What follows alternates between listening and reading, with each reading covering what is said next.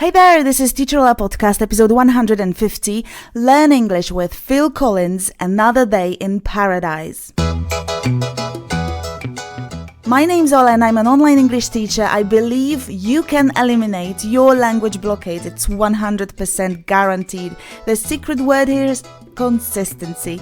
There are other secret words too, and that's why I record this podcast episode, and each comes with a little worksheet, a one-pager to help you digest and test what you've practiced here.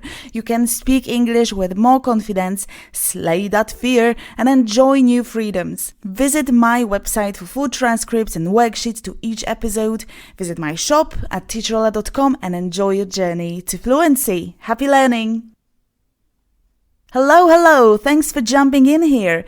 You're in the right place. You're going to learn some vocabulary today, but also brush up a bit on grammar. Stay with me till the end of this episode for the practical part.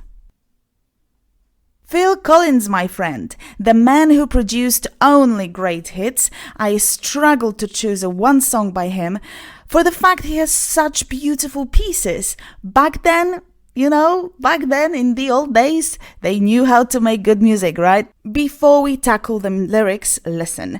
Every Thursday at 11 a.m. I go live just for a quick chat, 20 minutes or so, to discuss some language-related tips. You'll find me as teacherola.podcast, so join me on Thursday at 11 a.m. live on Instagram. Visit my shop, buy a worksheet set, and have your worksheets in one place. They're editable. You can complete them on your smartphone. It's very convenient. No excuses, really. Check out also my ebook with episode transcripts. Have access to 50 episode transcripts and absorb them in written form if that's up your street. Lastly, I'm working on my Speak English with TV series course, a program focused on one skill only, speaking. If you're wondering whether such a course is right for you, go grab a checklist. The link is in the description. If you'd like to join my Grace and Frankie lessons in a small group of 6 people, let me know. Write an email or catch me on Instagram. Thanks for your patience and let's get back to the episode. Phil Collins' Another Day in Paradise hit has a socially conscious message. It addresses the consequences of ignoring the people in need, the poor, the homeless. Collins told New York Times how the song came together. Listen. It was began at the piano. I started playing and put it down on a tape so I wouldn't forget it. Then I decided to see what would happen when I started singing. When I began, the words just came out. She calls out to the men on the street. I didn't set out to write a song about the homeless. Those were just the words I happened to sing. It was only then that I decided that was what the song would be about. I wrote this after being in Washington, D.C., where I was amazed by how many people I saw living in boxes. Another Day in Paradise won a Grammy Award for Record of the Year. It also won the 1990 Brit Award for Best Single. And the music video was nominated for a Grammy Award for Best Music Video Short Form. Okay, now let's see the lyrics. Listen and repeat each line out loud. She calls out to the man on the street. Sir, can you help me? It's cold and I've nowhere to sleep. Is there somewhere you can tell me? She calls out to the man on the street. To call out somebody. In fact, the presence of the preposition to is a bit awkward. Normally we just call out people. So to call someone out means to ask somebody to come, especially to an emergency. To summon someone to deal with an emergency or provide a service. For example, please call out a plumber. Here though, I think the meaning is much more straightforward. She calls out to the man on the street. She shouts to him in an attempt to draw his attention. She needs his help and she asks for it. She shouts to the man on the street. I've nowhere to sleep. Again, there's an uncommon sound to this phrase. It's done to fit the number of syllables required in the line, so it was shortened for the purpose of the rhythm. I've nowhere to sleep, but it shouldn't be contracted. Have here is the main verb. We should see it in its full form. I have nowhere to sleep. It's often heard though, so don't freak out. It's common in various regionalisms and slang throughout English-speaking countries, so yep, you wanna say I have a dog, but it's possible for you to hear I've a dog, or I've no dog, or I've no idea. Nobody said it was easy. Is there somewhere you can tell me? Is there any place you could tell me about? So that I could go there and spend the night in safety. That's the meaning I see in this phrase. Please tune into the song because you'll find the pronunciation Phil Collins employed in this phrase is quite something. It's not like, is there somewhere you can tell me? But rather, is there somewhere you can tell me? Again, it's done for the sake of the music. Is there somewhere you can tell me? That fits the number of the syllables in a phrase, in a line. The next part of the first verse, here goes. He walks on, doesn't look back. He pretends he can't hear her. Starts to whistle as he crosses the street. Seems embarrassed to be there.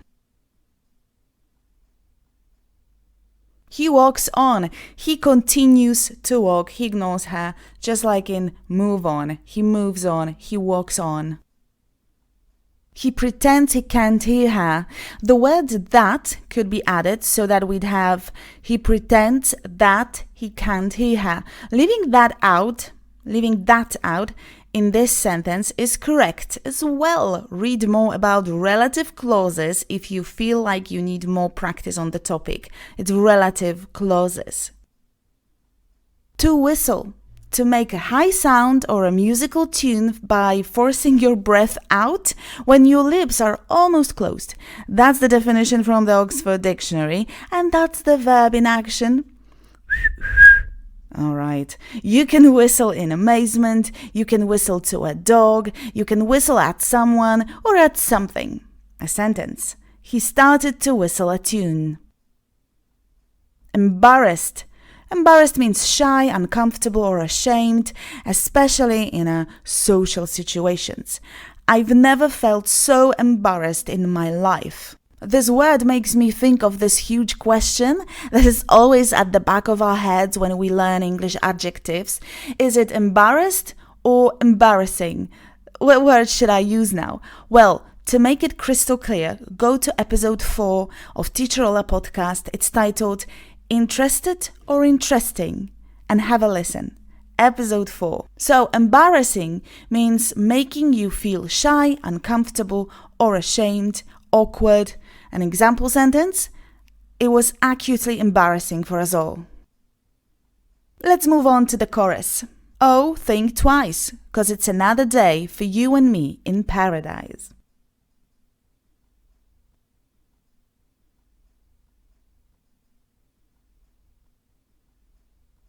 Think twice, to think carefully about an idea, to think it through, to give it a thought. For instance, I wouldn't think twice about it.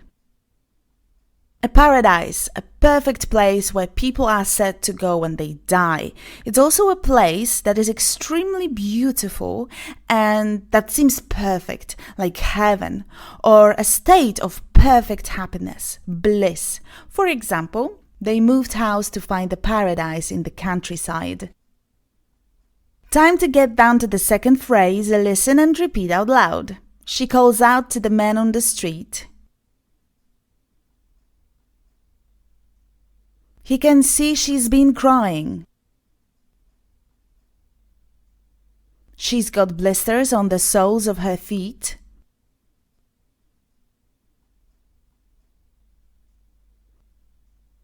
She can't walk, but she's trying. He can see she's been crying. Present perfect continuous.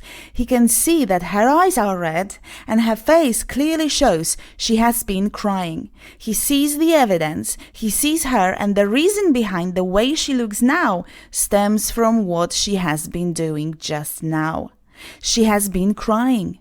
I have one episode on present perfect tense. It's about one small element of this vast topic. If you're interested, jump to the episode 16, yet and already. And now an example sentence. I know you've been working all day. You look exhausted. She's got blisters on the soles of her feet. A blister is a swelling on the surface of the skin filled with liquid. Nasty. Happens when you walk a lot or when you walk in too small shoes. A sole is the bottom surface of the foot. A sole is also the bottom part of a shoe or sock. Example sentences. I had blisters on the soles of my feet. The soles are made of leather. Getting back to the lyrics, listen and repeat. Oh Lord, is there nothing more anybody can do?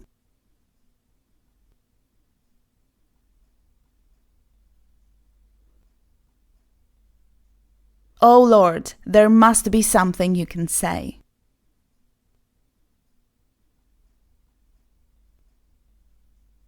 There must be something you can say. Why must? Why not has to? There has to be something you can say. We use must to show this is our logical assumption, judging by the facts I have at my disposal, judging by what I know and what I see. I'm sure there is something you can say. To learn more about the difference between must and have to, go to episode 108, have to versus must modals. Modals, episode 108, 108, one sentence to illustrate this. You must be bored to death. The second verse, my friend, listen and repeat. You can tell from the lines on her face.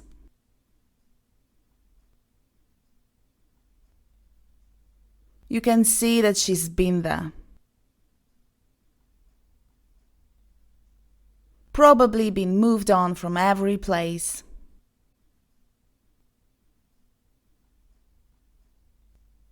Because she didn't fit in there. You can tell from the lines on her face. So looking at the lines on her face, you can safely state something. For example, you can tell from the way they behave that they're in love. Fit in. To live, to be in an easy and natural way with somebody or something. Example sentences. She's exactly the type of person we need. She'll fit in perfectly. Do my plans fit in with your arrangements? This is it, the end of the song and the end of the lyrics. Now have a listen to the song and enjoy understanding the lyrics. Before you do just that, please practice. Let's practice together. Listen to the example sentences yet again, but this time repeat them after me and do it out loud. Please call out a plumber. Please call out a plumber. He started to whistle a tune.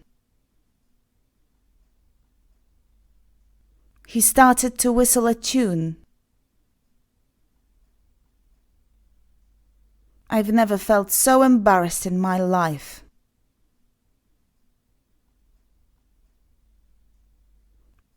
I've never felt so embarrassed in my life.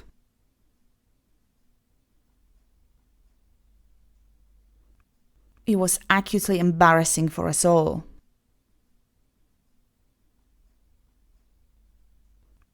It was acutely embarrassing for us all.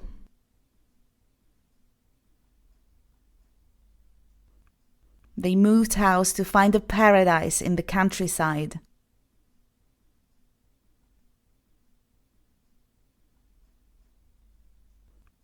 They moved house to find the paradise in the countryside.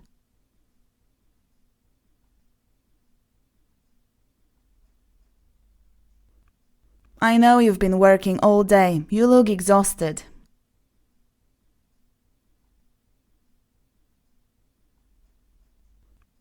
I know you've been working all day. You look exhausted.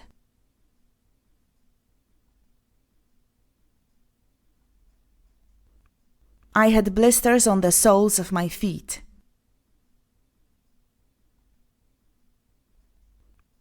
I had blisters on the soles of my feet.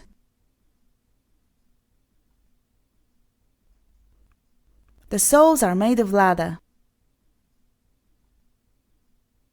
The soles are made of leather. You must be bored to death. You must be bored to death.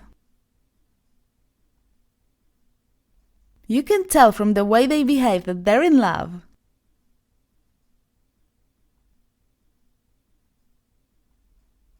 You can tell from the way they behave that they're in love.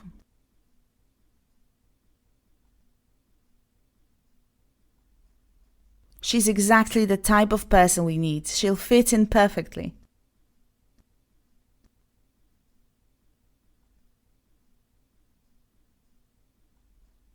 She's exactly the type of person we need. She'll fit in perfectly.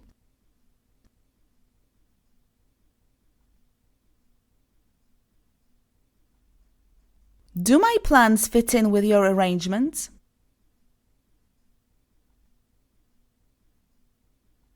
Do my plans fit in with your arrangements?